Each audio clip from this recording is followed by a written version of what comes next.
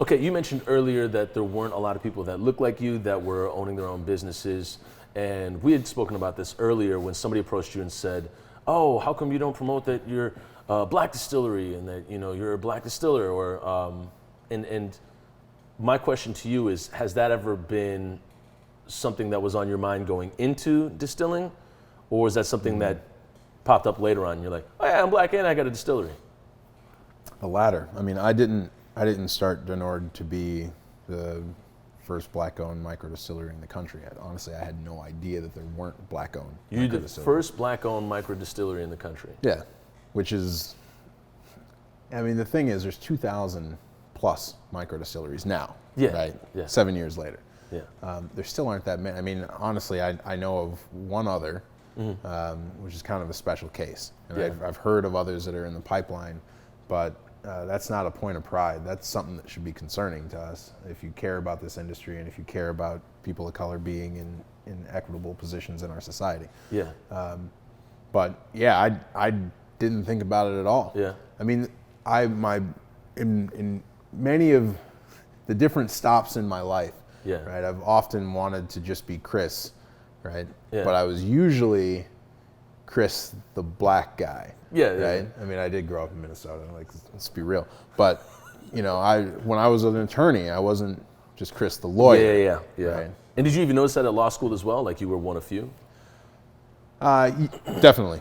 And everyone thought I played on the football team. I went to Hamilton University. I have a terrible football team. So it was an insult both intellectually and to be like, why would you think I was playing for this busted football team? Yeah, right? exactly. That makes sense. Why, you play for the football team? It's like, no, man, I'm in law school right now. Yeah. It's like, anyway. And that team was a bunch of losers. Yeah. There aren't that many people of color in the law as an industry, but that is much more reflective of actual demographics than, say, distilling is. Yeah. But yeah, I wasn't trying to be, and I never have really tried to be a black distiller. Mm-hmm. That just happened, right? Because no matter what I'm going to do, I'm going to be black at the same time, right? Yeah. What I have learned is, and this is true of myself too, because I like to support within the community as well. But I didn't really wave that flag starting off. You look at our marketing, you can't look at it. There's no kente cloth on it. Yeah. But no Carl Canai colors on it. No, right. But look, people want to support. Yeah. And that's there's a gentleman down in New Orleans, a guy named Daniel Victory, who also has a couple kids, and he was like, look, and he's one of the few black-owned bars down there. Mm-hmm. And he was like, look, you've got 3 good reasons, right, my 3 boys, to let people know that you are, in fact, a black-owned distillery, and there are millions of people out there who would love to support you, right, because they want something like what Denord is to exist, continue to grow, and not be the one, but be the one of many. Yeah. And for that to happen, it's like, well, you got to stick around. Right? Yeah. So let's get you some support. So I've come around to it, and we want,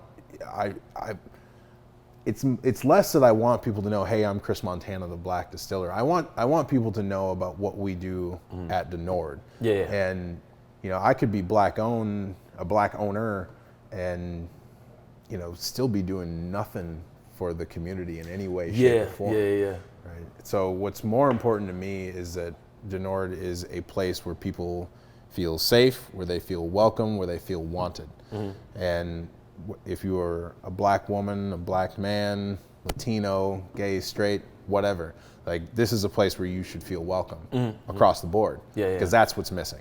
Okay. Right. And I think that coming from the background that I come from and understanding that I'm not always as welcome in places as I would like to be, I think that informs how we do things at Denord. Well, knowing you growing up and then like seeing you come into ownership of Denord, I never thought about it either. Until it was just a few weeks ago, we were sitting down and talking about it, and I was like, yeah, that's right. It never crossed my mind. Yeah. And then, I heard of the Latinx-owned brewery over on the north side, and I was like, oh, and that was kind of the front of the forefront of the media that was being pushed for them. I was like, oh, that's great. That's a brewery that's owned by a person of color. But I'd never but because I know you, know, I wasn't like, oh yeah, the black-owned distillery, Denord. Yeah. You know, I just looked at it as Denord. You know, they had the fleur de lis. But I think in response, yes, you can be a black owner and not be doing anything for the community. But I also think it's extremely powerful that I think it's arguable of what doing for the community is. But I think, and this may seem a little bit passive or low bar for you, but I think it's huge that you're just here, that you showed up, like that it's actually happening and that you're continuing with it. And also, what's the shelf life for like distilleries or like new businesses like this? Well, all new businesses, if you make it to 5 years, you're in the minority. I mean, most of them. And how long has Denord been open? This is our 7th year. So so we at least have.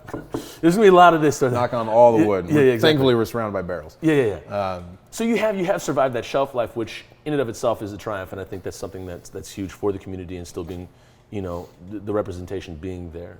I think it's something for the community, whether you choose to, do something for the community. So, and it's a point well taken, and I'm not going to actually liken myself to Obama, but it's important. But there are little black boys and girls who are growing up in this country who are like, yeah, I could be president, and a lot of that is because they can see themselves in it. You have to be able to see yourself in it. When I went to the American Craft Spirits Association convention in 2015, and I walked into that room, and there's 1,000 people in that room, and I was the person of color. Yeah. That's a problem because now I was already in it, right? Yeah. I had already made the decision I was going to do this. I was already in the industry. That's why I was at that convention. But a lot of people go there because they're curious about getting in. Well, if you were to walk into that room and you look around and nobody looks like you, that's a message. Yeah. And every person of color gets that message. Oh yeah. Loud and clear. I get the message several times a week. And the message is like, yeah, you can buy this and we'll sell it to you, but we're not really looking for you. Yeah. There's a reason why you aren't in this room. And so yes, it is important to simply be there and to let other people know, the door's open a crack, like you can walk through it as well.